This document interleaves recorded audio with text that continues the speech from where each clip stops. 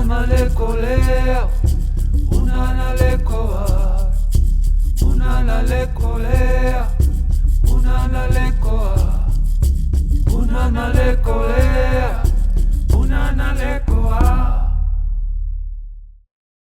Hola, soy Tato Sáenz, te doy una vez más la bienvenida a este podcast de Voces y Mundos, donde hoy abordaremos un tema muy interesante por diferentes motivos. Nos vamos a ir muy lejos, vamos a ir a la antigüedad, en concreto a la región de China, y para ser más precisos nos situaremos cronológicamente alrededor del siglo V a.C.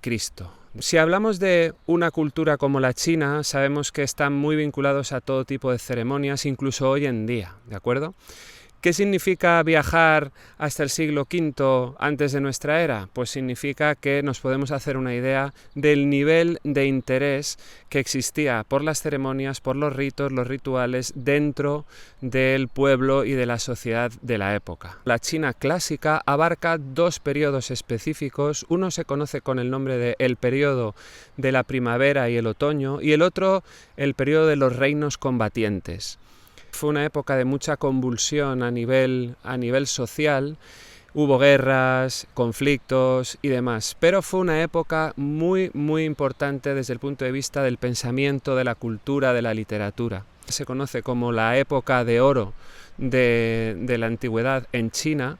Coinciden grandes pensadores y se desarrollan corrientes de pensamiento muy potentes que han perdurado hasta nuestros días. Dos de ellas, por ejemplo, son el taoísmo y el confucianismo. Bien, nos vamos a quedar en concreto con Confucio y con el libro de los ritos chino. Este libro se conoce con el nombre de Li Qi, dejemos a un lado mi acento chino, y lo que nos interesa de este libro es toda la parte que dedica a la música y al trabajo que se hacía con el canto y cómo estaba vinculado con la sociedad. Fue iniciado por Confucio, aunque luego fueron sus discípulos los que siguieron recopilando información. El libro referido a esta parte comienza diciendo que existió una gran era, la era de la música, donde los reyes filósofos gobernaban en armonía. Aquí podemos ya leer entre líneas que la música tenía un papel muy potente dentro de la sociedad y de la cotidianidad. Entiendo que en el día a día era algo muy presente. Existía una doble lectura de la música. Por un lado estaba la parte de la música que era una experiencia interior, aquello que cada persona vivía de manera íntima en comunión con el sonido, y por otro lado estaba la representación exterior, que normalmente se hacía en forma de ceremonias. Bien, básicamente el concepto era el siguiente. Se creía que la música era una manera de representar la armonía celestial o la armonía del cielo en la tierra. Bien, entonces los sabios conectaban con la música, creaban esa música y después la manifestaban en el mundo material, en el mundo tangible.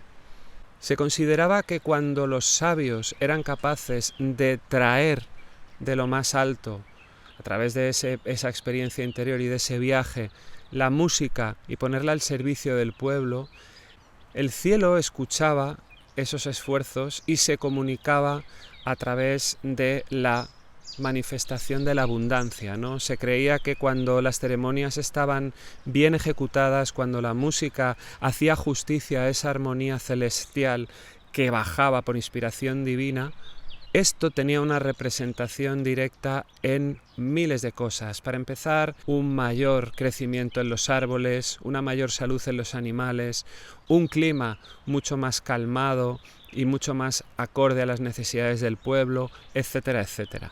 La música en este periodo de la China clásica se consideraba un instrumento de armonía social y política. Es decir, en aquella época los gobernantes utilizaban la música para apaciguar el ánimo del pueblo, para otorgar al pueblo algo bello y que pudieran contemplar así la vida desde otro lugar, para poder tener ideas que permitieran obtener más claridad desde un punto de vista de la política, es decir, de cómo gobernar. De hecho, se decía que cuando la música era armoniosa, el pueblo lo recibía como una bendición y esto beneficiaba todo el entramado interno de la sociedad. No olvidemos que los tonos y las escalas que se creaban estaban vinculadas a diferentes emociones y estaban vinculadas a diferentes aspectos del cosmos.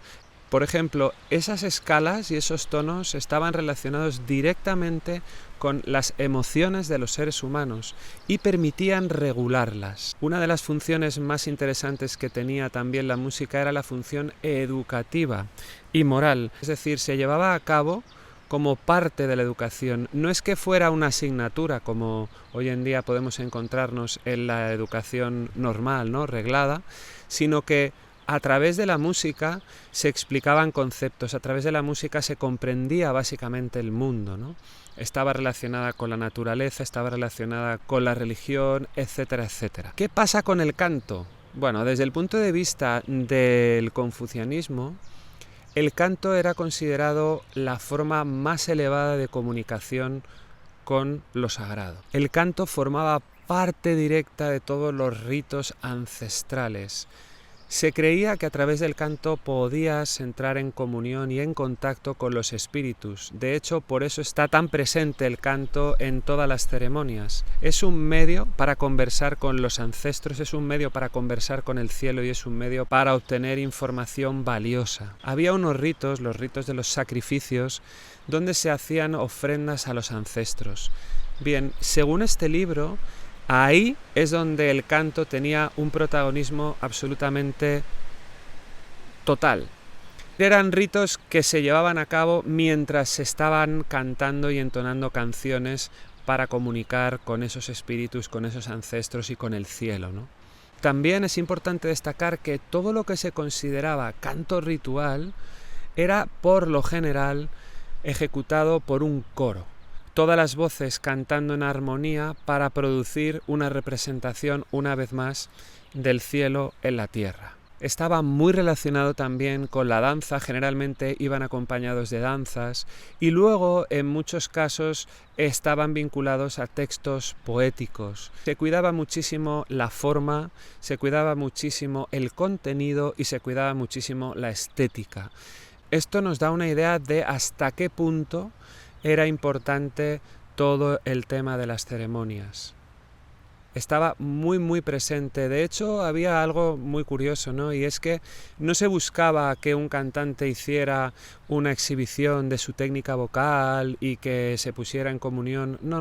Aquí lo que se buscaba era mostrar al pueblo y mostrar al cielo que eran capaces de bajar a tierra toda esa armonía que podían contemplar desde aquí, ¿no? ¿En qué se traducía? Bueno, pues que se evitaban todos los excesos a nivel de intensidad, todos los excesos de florituras, de subidas y de bajadas. Generalmente eran unos cantos que, por lo que se puede leer entre líneas en el libro, eran unos cantos muy sutiles, muy suaves, muy armoniosos, donde lo que se buscaba era calmar, lo que se buscaba era entrar en un estado más de tipo contemplativo, ¿no? Más meditativo. Y ahora me gustaría hacer hincapié en el valor terapéutico del canto y de la música, tal y como aparece reflejado en el libro de los ritos chino. No existen documentos que nos evidencien una existencia de cantos curativos. Lo que sí que es verdad es que ellos consideraban que el canto armonizaba el cuerpo y el alma.